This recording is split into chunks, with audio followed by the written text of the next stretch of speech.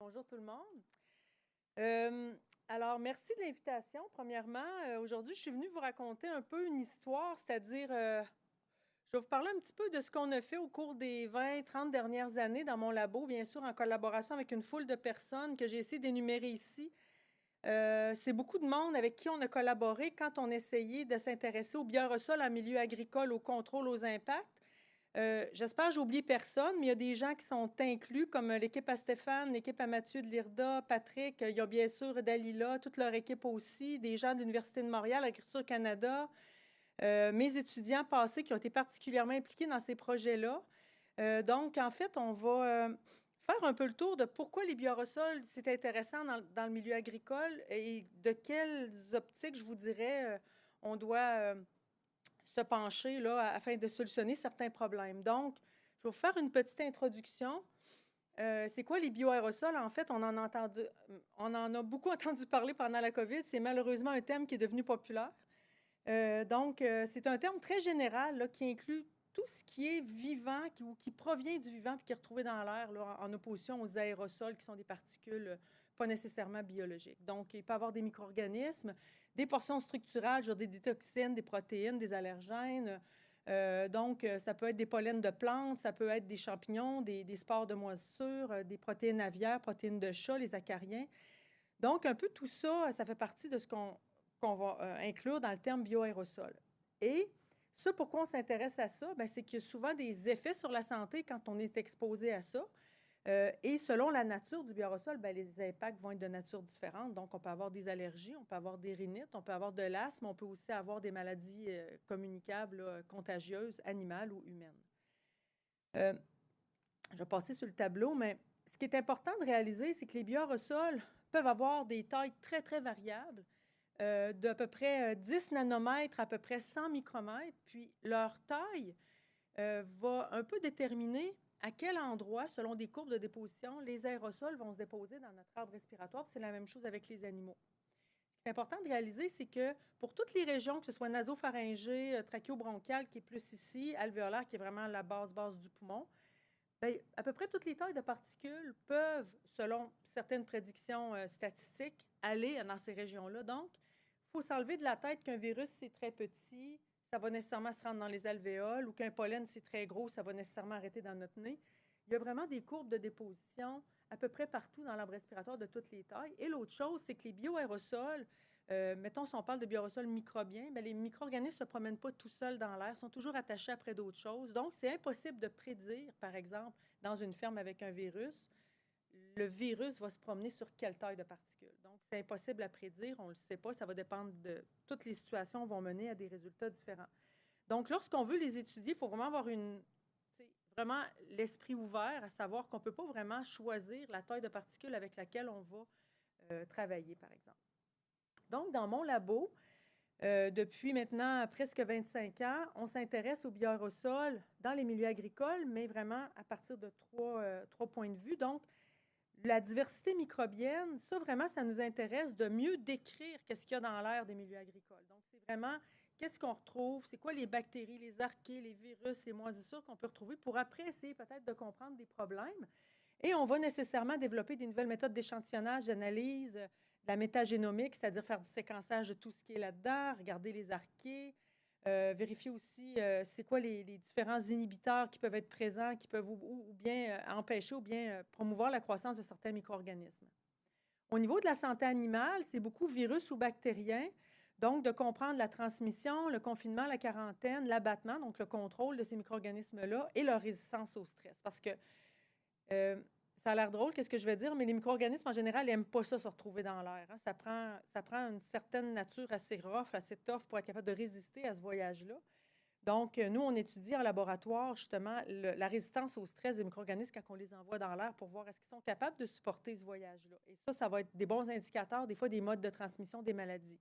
Et du point de vue de la santé humaine, il y a l'aspect santé publique, donc pathogènes, émissions, par exemple, à partir d'un bâtiment, on s'intéresse de plus en plus aux bactéries multirésistantes lors des épandages, au niveau des bâtiments aussi. Et bien sûr, la santé et sécurité au travail, la pneumologie, le processus d'adaptation qu'on a observé, dont je vais vous parler brièvement, la flore nasopharyngée, bien sûr aussi, la résistance aux antibiotiques chez les travailleurs de milieux agricoles. Donc, pourquoi on s'intéresse à la diversité microbienne? Ben, c'est beaucoup pour, comme je disais tantôt, pour mieux éventuellement les comprendre, pour mieux les contrôler. Donc, est-ce qu'on peut avoir des approches qui sont ciblées pour certains micro-organismes ou est-ce qu'on y va vraiment de façon générale? Les bactéries, ils ont été très bien décrites. On sait qu'il y a jusqu'à à peu près 1 milliard de bactéries par mètre cube d'air dans une porcherie, ce qui est vraiment beaucoup. Par exemple, ici, il y a peut-être quelques centaines au maximum de bactéries par mètre cube d'air. Fait que dans les porcheries, il y en a plusieurs milliards. Puis il faut toujours se mettre dans la tête que ces bactéries-là, dans les porcheries, sont presque toujours associées à une grande quantité de poussière. Fait que là, on arrive avec un défi qui est comme augmenté, c'est-à-dire de gérer des micro-organismes dans l'air, mais qui ne sont pas seuls, qui sont souvent dans des quantités de poussière. Fait que là, ça rend toutes les approches de filtration très, très difficiles.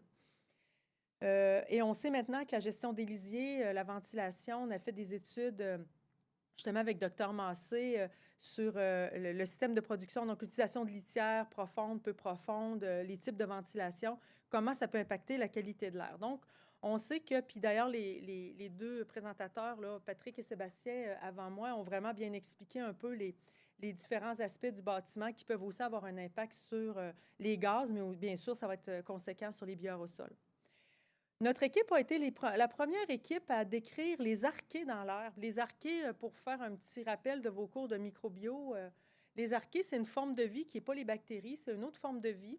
C'est des organismes unicellulaires, mais qui sont hyper importants. C'est des micro-organismes très importants en quantité dans le tractus gastro-intestinal d'à peu près tous les animaux, dont les humains. On l'a aussi étudié chez les humains pour les maladies inflammatoires intestinales, mais les archées dans le lisier étaient décrits depuis très longtemps. Les gens savaient que c'était important dans la digestion, c'est très important dans le rumen, mais c'est très important dans l'intestin des porcs. Mais personne ne s'était jamais posé la question, mais s'il y en a dans le lisier, y en a-tu dans l'air? Puis nous, on avait montré qu'en fait, non seulement il y a des archées présents dans l'air, mais la concentration d'archées présents dans l'air, c'est stable à travers les saisons. Il y en a comme toujours une grande concentration. À peu près, ici, on avait autour de 10 à la 7 par mètre cube d'air, donc mettons autour de 10 millions d'archées par mètre cube d'air. Et cette étude-là, ensuite, ça l'a mené à une série de projets par des collaborateurs à l'IUCPQ où on étudie vraiment l'effet des archées sur les maladies inflammatoires respiratoires. Donc, on a étudié, il y avait 2 archées qui étaient majoritaires dans les porcheries. Puis on a trouvé qu'une d'entre elles était pro-inflammatoire et l'autre d'entre elles était anti-inflammatoire, un peu comme dans l'intestin humain pour les maladies inflammatoires. Donc, c'est très intéressant de voir que mieux on comprend qu'est-ce qu'il y a dans l'air d'une porcherie ou d'un environnement agricole, disons, très complexe, mieux on est capable éventuellement de comprendre les impacts sur la santé. Et bien sûr, quand on a commencé à appliquer des méthodes moléculaires, là, ça fait 15 ans de ça, bien, on a réalisé aussi que les bactéries totales, donc si on fait juste une mesure en PCR, là, on a entendu parler de la PCR dans la COVID, donc des quantifications, disons, moléculaires, bien, on a vraiment une image qui est différente que quand on utilise uniquement la culture. Donc, on sait maintenant que la culture, il y a un énorme biais au niveau de la quantification. C'est une approche qui est plus limitée. Fait qu'on est capable maintenant de comparer les environnements entre eux avec des approches très inclusives où on compte toutes les bactéries avec des approches moléculaires. Fait qu'on est plus en mesure aussi de comparer l'effet de méthodes d'abattement, l'effet de la ventilation, l'effet des saisons sur des marqueurs qu'on sait qui fonctionnent toujours. Donc, les bactéries totales, on est capable de les quantifier très efficacement. Même chose pour les archées. Alors, tout ça, c'était cette recherche-là qui s'intéresse aux bioaérosols en milieu agricole, bien, ça origine beaucoup des travaux du docteur Yvon Cormier dans les années 80, où il a commencé, parce que le docteur Cormier était un spécialiste de la maladie du poumon de fermier. Donc, sa clientèle, c'était beaucoup des producteurs laitiers qui développaient la maladie suite à la manipulation de foin qui avait été mis en balle un peu trop humide, donc croissance de bactéries thermophiles. Mais il s'est mis à réfléchir à cette population-là de travailleurs qui voyaient souvent des travailleurs, des producteurs de porc, qui avaient des conditions respiratoires un peu différentes, c'est-à-dire beaucoup de bronchite chronique, fibrose pulmonaire en fin de carrière, donc en âge plus avancé, après 30 ans, 40 ans d'exposition, mais rien d'aigu, rien de spectaculaire.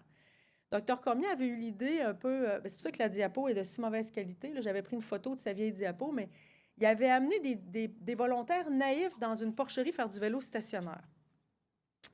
Puis, ce qu'il avait regardé, il a fait des tests. Si certains d'entre vous sont asthmatiques, vous avez déjà eu des tests de provocation à la métacholine. C'est pour déterminer si quelqu'un est asthmatique. C'est l'hyperréactivité bronchique. On fait respirer un produit qui cause la contraction des bronches.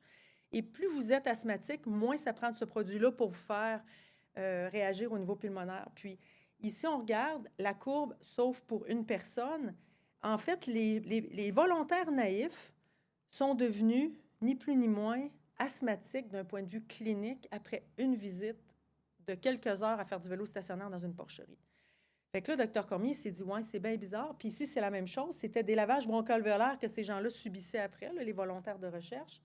Puis, ils étaient éosinophiles, plein de cellules inflammatoires dans le poumon. Après première exposition, deuxième exposition, dans une porcherie. Mais ce qui s'était dit, docteur Cormier, c'était c'est très étrange parce que c'est pas ça qu'on voit chez les travailleurs. Les travailleurs, ils semblent pas être plus hyperréacteurs, ils semblent pas être nécessairement malades aigus comme les volontaires naïfs qui n'avaient jamais été dans cet environnement-là pouvaient montrer. Fait qu'on s'est posé la question, cette réponse-là semble beaucoup plus modérée. Ils rapportent eux-mêmes peu de problèmes respiratoires parce que ce que je vous racontais à propos de la bronchite puis de la fibrose pulmonaire, c'est très bas bruit et les gens ne s'en rendent pas compte. Ils s'en rendent compte souvent après plusieurs années d'exposition. Donc, on s'était demandé, au-delà de la théorie de sélection génétique, donc une personne qui provient d'un élevage où les parents sont des producteurs de porc, se peut-il que ces personnes-là qui n'ont pas eu de symptômes dans leur carrière, il y a plus de chances que leur descendance continue dans l'industrie parce qu'eux-mêmes sont protégés d'une façon génétique de cette inflammation-là? Ou est-ce qu'il y a une adaptation personnelle de chaque travailleur? Il avait été démontré au début des années 2000 avec Pierre Ernst puis Dr Cormier que les enfants élevés dans une porcherie avaient moins d'asthme aussi. Donc, c'était tout ça un peu qui était un peu un concept difficile à saisir. Puis, d'un autre côté, nous, on a regardé dans les porcheries puis on a trouvé des affaires qui nous préoccupaient un petit peu beaucoup plus récemment. C'était la présence de gènes de résistance aux antibiotiques et de bactéries pathogènes dans plusieurs types d'élevage. C'était des engraissements, plusieurs bâtiments. Donc, on le sait que dans cet environnement-là, il y a des agents qui pourraient éventuellement causer des problèmes. Il y a beaucoup de gènes de résistance aux antibiotiques qui circulent, mais en même temps, au niveau des travailleurs, ce n'est pas des choses qui sont nécessairement récurrentes.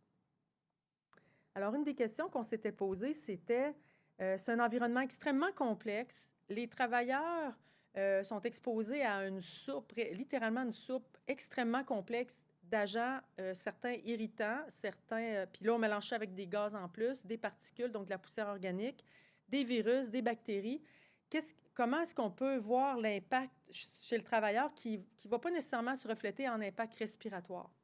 Fait qu'on avait fait un projet il y a quelques années. D'ailleurs, je me souviens que j'avais présenté à un moment donné, en février, une journée de Saint-Valentin à Sainte-Marie-de-Beauce. C'est Martine Denicourt qui m'avait invité avec des producteurs de porc. Puis après cette conférence-là, j'avais eu des volontaires qui m'avaient donné un échantillon nasopharyngé. Je me souviens, j'avais recruté du monde dans le hall de la conférence.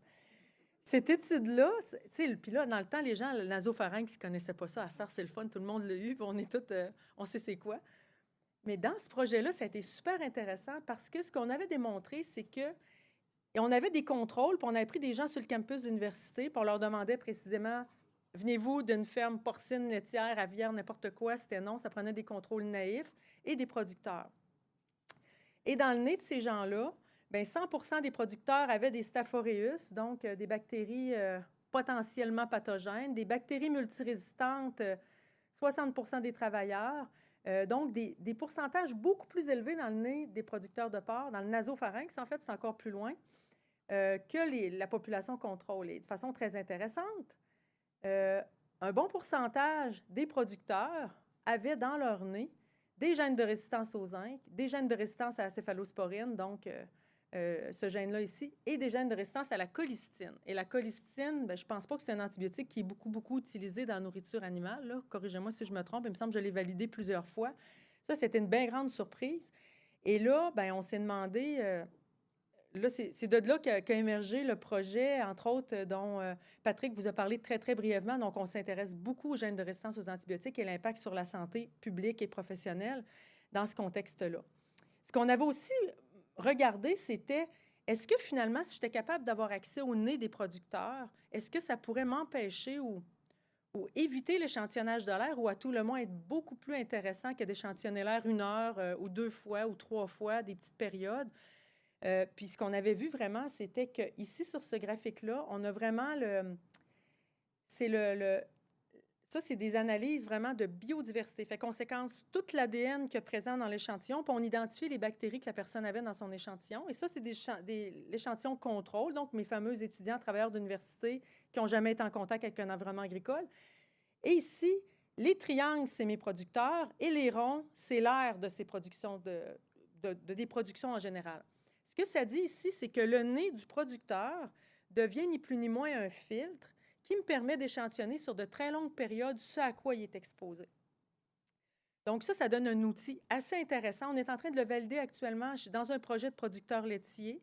On l'a validé dans les usines d'épuration des eaux aussi. Fait qu'on est en train de regarder si ça ne serait pas possible dorénavant. On va le faire aussi dans les producteurs d'œufs. Si le nez, dans des contextes où il y a beaucoup de poussière, c'est encore plus vrai, ne pourrait pas éventuellement devenir un indicateur des bioaérosols en milieu de travail, mais exposition long terme. Donc, les gens deviennent en quelque sorte colonisés avec ces micro-organismes-là. On a aussi essayé de comprendre l'exposition aux agents zoonotiques comme Streptococcus suisse.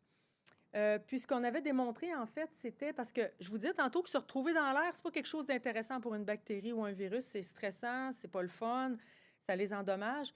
Mais on avait démontré que certains sérotypes de bactéries, bien, si on fait buller des bactéries ensemble en laboratoire, là, dans des chambres d'aérosol, bien, il y a des bactéries qui ont le goût d'aller dans l'air puis qui sont projetées plus vite et mieux que les autres et survivent mieux à ça. Donc, ça peut aussi permettre de mieux comprendre le rôle de l'air dans la transmission de certaines maladies et éventuellement d'avoir peut-être des approches de mitigation dans certaines situations où il y a certaines bactéries qui sont responsables, par exemple, de maladies dans les troupeaux. Alors, connaissant tout ça, connaissant la diversité, la complexité, il y a aussi beaucoup de poussière, bien, comment on fait pour réduire l'exposition ou l'émission à partir d'un bâtiment? Bien, on va voir certains concepts, puis je suis contente parce que les collègues avant moi ont parlé de certaines affaires que je mentionnais brièvement, dont, entre autres, la séparation à la source, aussi la biofiltration, l'ozone, fait que je vais revenir rapidement là-dessus. Mais on va voir que c'est pas facile de gérer les bioaérosols en milieu agricole, beaucoup à cause de leur concentration, mais surtout à cause de la présence de poussière qui nuit beaucoup. Ça nuit, entre autres, dans l'utilisation de la protection respiratoire. Dans une étude épidémiologique qu'on avait faite dans les années, début des années 2000, on avait demandé aux producteurs de porc et aux producteurs de volailles s'ils utilisaient souvent des fameux masques N95 ou des masques à cartouche, puis c'est à peu près 0% qu'ils l'utilisaient. Il n'y a pas mille et une raisons, là. Quand il y a de la poussière puis il y a un colmatage d'un masque, bien, c'est impossible de travailler avec ça. C'est trop restreignant. Il y a trop de restrictions au niveau de la ventilation. T'sais, même nous, quand on a eu à le porter dans le temps de la COVID, là, juste à mon bureau avec un N95, j'avais de la misère à respirer. Fait que c'est très peu compatible. Par contre, la protection respiratoire nous a aidé à étudier un phénomène, le phénomène d'adaptation dont je vous ai parlé tantôt. À l'époque, pour ce projet-là, dans les années 2007-2008, on voulait en fait recruter des travailleurs de port qui partaient en vacances en espérant que le retrait du milieu de travail pendant une courte période aurait pu, à quelque part, avoir un impact sur leur niveau d'adaptation. C'est-à-dire, si à un moment donné, tu arrêtes d'être exposé à quelque chose, ça a été vu dans les isocyanates, ça a été vu dans Bicinose, les gens qui travaillent dans le coton, le lundi matin, sont plus malades que le vendredi parce qu'on dirait quand ils reviennent d'un congé, ils sont redevenus un peu naïfs. OK? Mais c'était très drôle, mais en même temps pas tant. Mais on avait contacté, je pense, 300 producteurs de porc et personne prenait de vacances. Fait que là, on était comme un peu désespérés. On disait, bon, on va leur payer un voyage dans le sud, on ne sait pas quoi faire, mais là, ça ne marchait pas. Ils ne voulaient pas, ils ne pouvaient pas. En tout cas, je disais, Caroline, c'est un peu étrange, ça. Toujours est-il qu'on a dit, OK, on va mimer le retrait du milieu de travail en leur faisant porter un masque N95 pendant 5 jours. Fait que les beaux messieurs ont dû raser leur belle barbe pour se mettre un N95 bien fité dans leur visage pendant juste 5 jours. OK? Puis ça a été spectaculaire. Qu'est-ce qu'on avait observé? C'est que la personne travaillait sa journée normale et on avait comparé, en santé au travail, on fait souvent des shift change, c'est-à-dire matin versus après-midi après 4 heures de travail. Donc, ça montre un peu la réponse aiguë à un agent stresseur. Puis, il y avait, si on compare avant d'utiliser le masque, donc c'est comme le baseline, comment la personne est à tous les jours, donc la différence entre matin et après-midi. Puis, après avoir utilisé un masque et après une journée normale, et il y avait plein de marqueurs comme les globules blancs sanguins, les IL-6, certaines protéines sanguines qui étaient super augmentées après la journée de travail quand les gens venaient de porter un masque pendant 4-5 jours. Juste ça.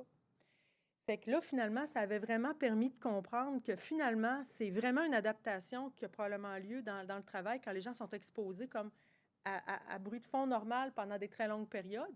Mais aussi, c'est que si quelqu'un porte un appareil de protection respiratoire de façon irrégulière, bien, ça peut même le mettre à risque d'avoir des réactions plus aiguës dans ce moment-là. Fait que, tu sais, comment ça répond vite, le corps va répondre très vite à ces agents-là, puis que aussi on est capable de le moduler avec une expérience qui était somme toute assez courte comparée à 10, 15, 20, 30 ans d'exposition. Fait que finalement, on a dit prenez plus jamais de vacances. C'est pas vrai. OK. Maintenant, ça, c'est au niveau de la protection respiratoire. Donc, je vous disais tantôt, c'est dur à appliquer, mais ça nous a permis quand même de comprendre des phénomènes. L'huile de canola, l'aspersion d'huile ou d'émulsion huile-eau, différentes formules, avait été quand même étudiée il y a plusieurs années, là, où les gens avaient vraiment démontré qu'avec des petites quantités quand même d'émulsion, il y avait quand même des effets sur les plus grosses particules ici.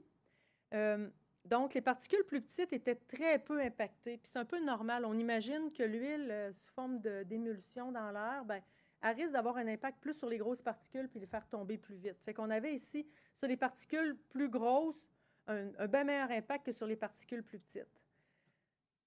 Une des hypothèses qu'on avait, c'était si, par exemple, j'ai des animaux infectés avec un virus, SRRP, n'importe lequel, puis que j'utilise ça ici, puis qu'après ça, finalement, je change ma population de poussière dans l'air. OK? Imaginez que les grosses particules sont disparues.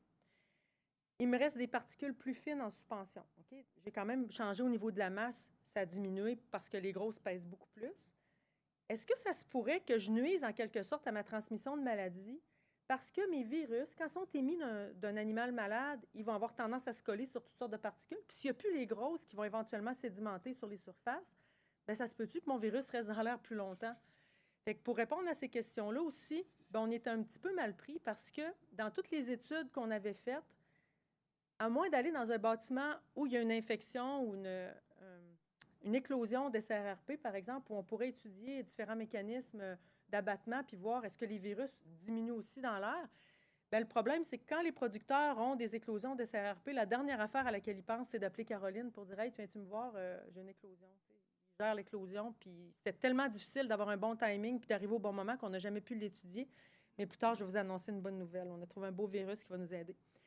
Donc, ici, c'est juste une autre étude sur les naïfs et l'huile de canola. Par rapport à l'étude du docteur Cormiot, il envoyait des naïfs dans une porcherie et vraiment, quand il y avait de l'huile de canola, il y avait vraiment, vraiment beaucoup moins de symptômes là, au niveau des naïfs qui étaient exposés. Donc, il y a vraiment un impact quand même sur la réponse humaine aux contaminants de l'air dans la porcherie.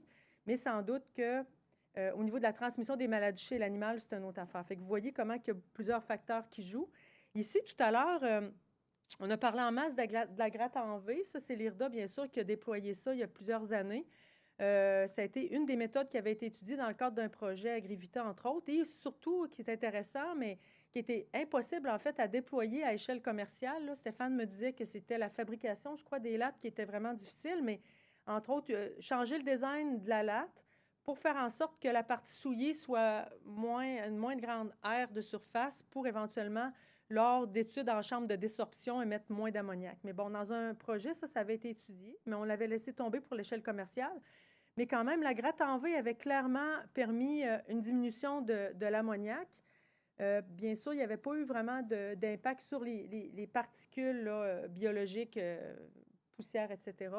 Et ici, pour les odeurs aussi. Donc, malheureusement, ça ne s'était pas transposé en impact sur les particules, mais bon, sur les gaz, ça avait quand même un bon impact.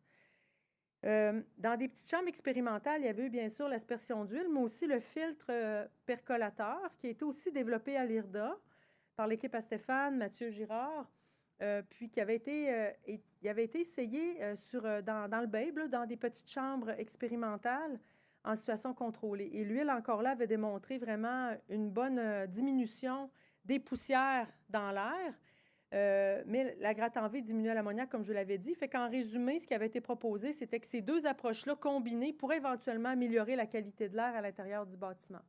Il ne faut pas oublier une chose, si l'ammoniac est élevé, Il y a plusieurs pneumologues qui pensent que les deux, donc la combinaison de poussière et d'ammoniac, pourrait éventuellement rendre l'individu encore plus susceptible à développer des problèmes respiratoires. Donc, même si le gaz n'est pas considéré nécessairement comme un bioaérosol, ça pourrait quand même aider. Maintenant, les émissions extérieures, c'est une autre préoccupation. On avait, il y a plusieurs années, fait un projet encore avec Stéphane Godbout, Stéphane Lemay, sur vraiment l'impact d'une production porcine, donc vue comme une source ponctuelle d'émissions sur l'environnement à longue distance, donc les habitations autour. Bien sûr, à part les odeurs, là, les nuisances, il y a aussi, on voulait regarder la résistance aux antibiotiques et aussi le risque d'exposition aux occupants autour. Puis finalement, il n'y avait rien d'intéressant vraiment qui avait sorti. Donc, de toute évidence, s'il y a des nuisances, ce sont plus de l'ordre des gaz, des odeurs, que vraiment des micro-organismes qui semblaient, il n'y avait pas plus de micro-organismes pathogènes dans l'air à quelques kilomètres en aval des bâtiments. Par contre, au niveau des virus, de la transmission des virus, c'est pas clair. C'est pas clair si deux bâtiments ne peuvent pas se contaminer à longue distance. Puis aussi, au niveau des gènes de résistance non plus. Fait que l'unité, le filtre, biofiltre percolateur dont je vous ai parlé tantôt, l'IRDA a réussi à construire vraiment un modèle de ce biofiltre percolateur-là, mais à échelle commerciale, qu'on a connecté sur les ventilateurs d'une porcherie. Puis ça nous a permis de suivre pendant plusieurs saisons la capture des émissions par ce biofiltre-là. Puis ce qu'on avait démontré, en fait, c'est que le biofiltre percolateur, vu qu'il y a vraiment un biofilm à l'intérieur, bien, il est aussi un grand émetteur de bioaérosols dans l'environnement, mais probablement que les micro-organismes du bâtiment, eux autres, sont trappés, puis c'est d'autres micro-organismes qui sont émis. Parce qu'il y avait une réduction de certains marqueurs bactériens intéressants à partir du biofiltre. Mais vous voyez que c'est une grosse affaire, c'est dans des containers, puis d'échantillonner de façon isocinétique à l'intérieur de ça. Ça a été très, très compliqué. Mais bon, tout ça avait été publié, puis c'est quand même, ça a été beaucoup de travail pour l'équipe de l'IRDA de construire un système aussi gros que ça, capable justement de traiter l'air qui sort de ventilateurs à très, très haut débit. C'était vraiment comme la version commerciale du petit système qui était là. Une autre chose qui avait été étudiée, ça c'était avec l'équipe du CDPQ, il y a au moins 10-15 ans, puis aussi avec Christopher Robitaille, Mario du CDPQ, Francis, c'était comment est-ce qu'on pouvait éventuellement utiliser de la filtration dans une porcherie, soit pour l'air, dans ce cas-là, c'était l'air sortant, ce que je vous présente ici, en ayant en tête justement la quantité de poussière. Hein, puis vous imaginez, ça peut percoler des filtres bien trop vite. Puis il y avait l'application de filtres antimicrobiens pour éventuellement laisser passer des micro-organismes et les tuer avant qu'ils sortent, donc pour éviter de contaminer des bâtiments adjacents. Il y avait des murs de pré-filtre, entre autres, qui avaient été testés. Il y avait des... donc l'air éventuellement sortait comme ça par les ventilateurs après avoir passé par un mur de préfiltration, puis des pré-filtres aussi, puis des filtres antimicrobiens là, en série. Puis, il y avait aussi la filtration de l'air qui entrait. Puis, ce qui avait été intéressant, c'était de montrer que l'ionisation, les systèmes d'ionisation permettaient de diminuer la poussière de telle sorte que les filtres avaient de beaucoup plus grande durée de vie, colmataient moins vite.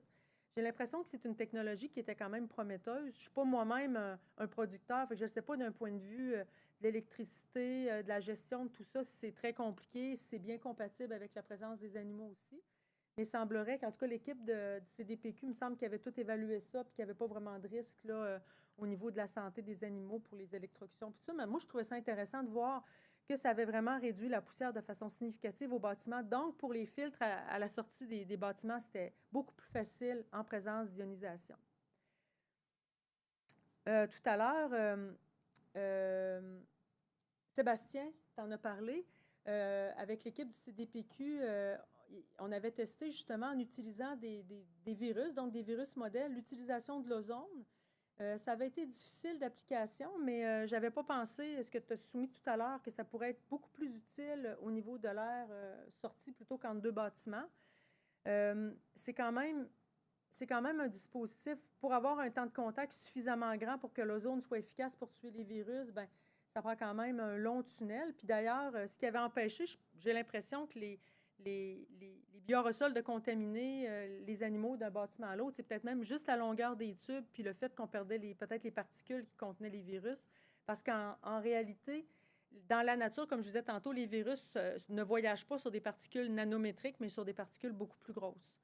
Donc, quand même, c'est quelque chose qui avait été étudié avec un super beau dispositif expérimental. Donc, comme je viens de le dire, les virus ne flottent pas seuls dans l'air. Puis, quand on veut étudier l'impact d'un moyen de mitigation, bien, ça nous prend un marqueur. Donc, il faut que je dise, mettons, que j'utilise un système de précipitation électrostatique. Comment est-ce que je peux, après ça, vérifier si j'ai une baisse de mes virus dans l'air? Donc, c'est quoi mon impact là-dessus? Est-ce que les virus montent parce que mes grosses particules sont parties ou si vraiment je baisse mes virus aussi? Il y a quelques années, en fait, une dizaine d'années et plus, j'ai un de mes étudiants, ça avait été fait avec Carl Gagnon de l'Université de Montréal puis Daniel Massé de Lennoxville. On avait échantillonné beaucoup de porcheries, puis on avait trouvé du circovirus porcin dans chacune d'elles, toujours en grande concentration. Puis nous, on se disait, c'est parfait, sans égard au statut du troupeau, si on est malade ou non, on dirait que le circovirus était toujours présent, puis on s'était dit, ça va être un excellent virus marqueur pour éventuellement suivre l'utilité des méthodes de mitigation. Malheureusement, ce virus-là, il est rendu comme absent. On ne le trouve plus. Il n'est plus présent. Puis, est-ce que je me trompe si je vous dis que la vaccination a été déployée? Fait que c'est pour ça. Fait qu'on n'en trouve plus de... Fait que là, on est retourné à case départ. Si on voulait étudier la mitigation, ben, on ne pouvait pas vraiment. Donc, on s'est dit, ben, on va essayer d'utiliser, de développer, ça a été fait avec le CDPQ, avec Jean-Gabriel, utiliser un tunnel, en fait, le tunnel Hacheret, un tunnel standard. Puis on a réussi à créer une poussière qui contient une distribution granulométrique qui ressemble à celle des porcheries, mais qui contient aussi des virus. Donc ça, c'est un bon outil qu'on a développé. Puis si jamais, d'ailleurs, vous avez des filtres à tester, des filtres antimicrobiens, on est capable de challenger dans un tunnel vos filtres contre une poussière qui contient des virus pour voir vraiment, avec les bonnes concentrations de poussière et les bonnes distributions de taille, si c'est possible de le faire. La bonne nouvelle que je voulais vous mentionner, c'est que tout récemment, on a fait de la métagénomique virale, donc séquencer l'ensemble des virus d'échantillons de porcherie sur plusieurs échantillons. Et on a trouvé des bactériophages qui semblent universels dans les porcheries, donc des phages de bactéries. On est allé décongeler tous nos échantillons, les milliers d'échantillons qu'on avait, il est présent partout. Donc, on vient peut-être de trouver notre fameux marqueur qui va nous aider à suivre les méthodes de mitigation. Je viens de me rendre compte, il me reste 5 minutes. Check bien ça, toi. Tchouk. T'es passionné, c'est intéressant. Mais non. Si on veut pas être en... Ça, c'est une façon polie de dire, t'as mis une grande gueule. Non? Je le sais. Juste pour vous dire, on est en train de tester avec Dalila, Stéphane, l'équipe de l'IRDA, des méthodes de mitigation aussi des bioresols, mais dans des volières commerciales chez des poules pondeuses. C'est vraiment le fun parce que c'est une bâtisse qui a 2 planchers identiques, fait qu'il va y avoir vraiment le bâtiment contrôle, le bâtiment traité. On va essayer aspersion d'huile, biocharbon, fait que c'est toutes des choses aussi que c'est sûr que là, c'est dans la poule pondeuse, mais qu'éventuellement va nous faire réfléchir sur d'autres méthodes. Donc, en gros, port de protection respiratoire pas très compatible avec les environnements agricoles, système de filtration de l'air sortant aussi. Si on utilise ionisation, aspersion d'huile, je pense que ça peut être prometteur. Stratégie d'abattement des virus, l'ozone pourrait être une solution, mais il faut continuer à faire de la recherche. Biofiltre percolateur, grande échelle, c'est faisable. Et biocharbon, diminution de l'ammoniac. En gros, il y a des options, mais il y a beaucoup de recherches qu'on doit encore faire. Et j'ai terminé. Merci.